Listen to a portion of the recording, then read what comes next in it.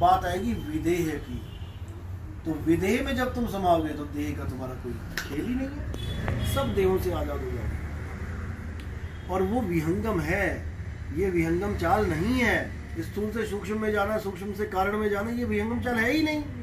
ये तो स्टॉपेज आ रहे हैं तुम्हारे। हवाई जहाज चलता है इंडिया से, सीधा उड़ा अमेरिका, सीधा। ये है विहंगम चाल, यानी 1 पॉइंट टू अनदर पॉइंट में बीच में कोई वो नहीं होना चाहिए, रुकना नहीं है कहीं, रुकना नहीं है, कोई स्टॉपेज नहीं होना चाहिए।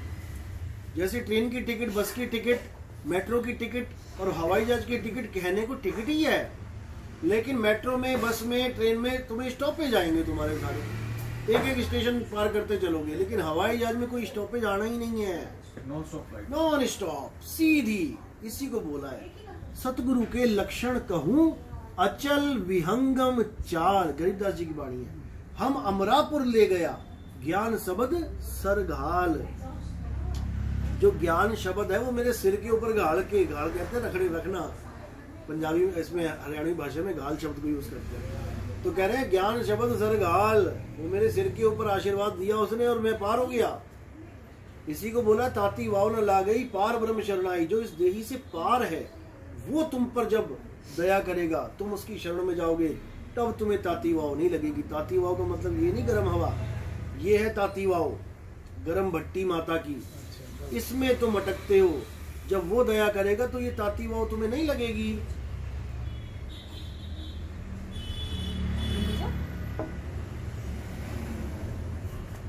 तो सारा खेल है पार ब्रह्म का।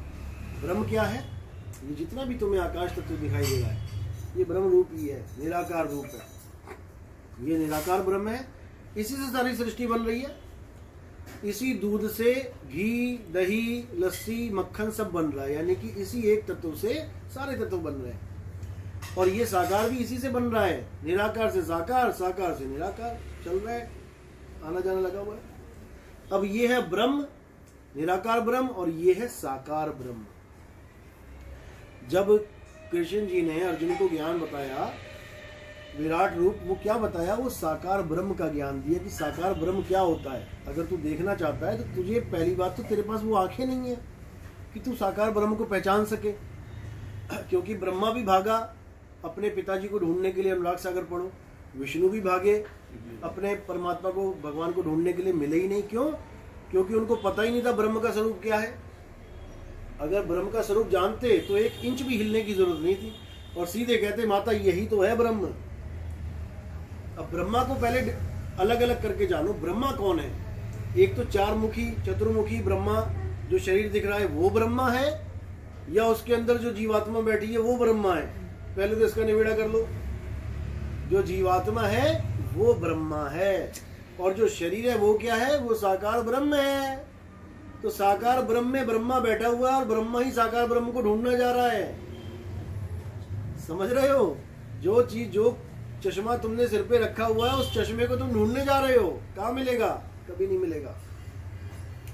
तो साकार ब्रह्म को अगर देखना है, सामने शीशा लगा है, उसमें देखो, यही है साकार ब्रह्म, यही है काल निरंजन। अगर काल निरंजन को नहीं देखा है तो शीशे को में देखो, जो तुम्हें दिख रहा है यही है काल निरंजन। ये तुम्हारा रूप है ही नहीं, तुम पता नहीं किसको ढो रहे हो सुबह से शाम तक। आज तुम्हें लग रहा है कि ये मेरा शरीर है, ये मेरी शक्ल है, ये तुम्हारी शक्ल नहीं है भाई, ये तुम्हें दे दी गई है। जैसे तुम मारुति चला रहे हो, 10 साल तुमने मारुति चलाई तो तुम ये सोचने लगे कि ये मारुति मैं हूँ, यानी मेरी शक्ल मारुति जैसी है। मारुति के बाद वैगनार दे दी तो तुम अब समझ रहे हो नहीं मैं तो वैगनार हूँ, मैं मारुति नहीं हूँ। यानी जब तुम्हें कुत्ता, बिल्ली, हाथी, घोड़े का शरीर दिया तब तुम ये सोचते रहे मैं तो कुत्ता हूँ, मैं तो हाथी हूँ, मैं तो घोड़ा हूँ, तब ये सोचते रहे। लेकिन आज तुम सोचोगे कि मैं एक कुत्ता हूँ, मैं बिल्ली हूँ, मैं शेर हूँ? नहीं सोचोगे। क्यों? तुम्हारी गाड़ी बदल दी। अब तुम ये मान लोगे कि हाँ मैं तो लड़का हूँ, लेकिन ये भी कब तक मानोगे? जब तक लड़के के शरीर में हो। जैसे ही छूटा छिपकली बन गए, अब कौन मानेगा तुम लड़के थे? क्या हम छिपकली को भगाते हैं ये सोच के भगाते हैं कि ये कभी इंसान था? कभी नहीं। हम कहते हैं छिपकली है, मारो इसको, भगाओ, सांप आया लाठी मारो इसको। हम नहीं सोचेंगे ये कितनी बार राजा बन चुका है, कितनी बार देवी देवता बन के ये सांप बना हुआ है यहाँ पे अभी। तो ऐसे ही हम सबको स्वरूप ज्ञान नहीं है, हम सब देहों में ही उलझे पड़े हैं। अब साहिब ने इतना क्लियर कर दिया यहाँ पे कि देव निरंजन सकल शरीरा और तामे भ्रम भ्रम रहल कबीरा, कर दिया ना निबिड़ा। यानी चतुर्मुखी जो ब्रह्मा जी है वो है देव निरंजन का साकार रूप, और उसमें जो जीवात्मा बैठी हुई है वो है कबीरा। देव निरंजन सकल शरीरा तामे भ्रम भ्रम रहल कबीरा। जीवात्मा अलग है और शरीर अलग है। जीवात्मा परमात्मा की अंश है और शरीर काल भगवान का रूप है। जीवात्मा को भ्रमित करके काल भगवान सुबह से शाम तक अपनी सेवा करवा रहा है, और ये मनवा के कि मैं किसी और की नहीं, खुद की सेवा कर रहा हूं, अपनी कर रहा हूं।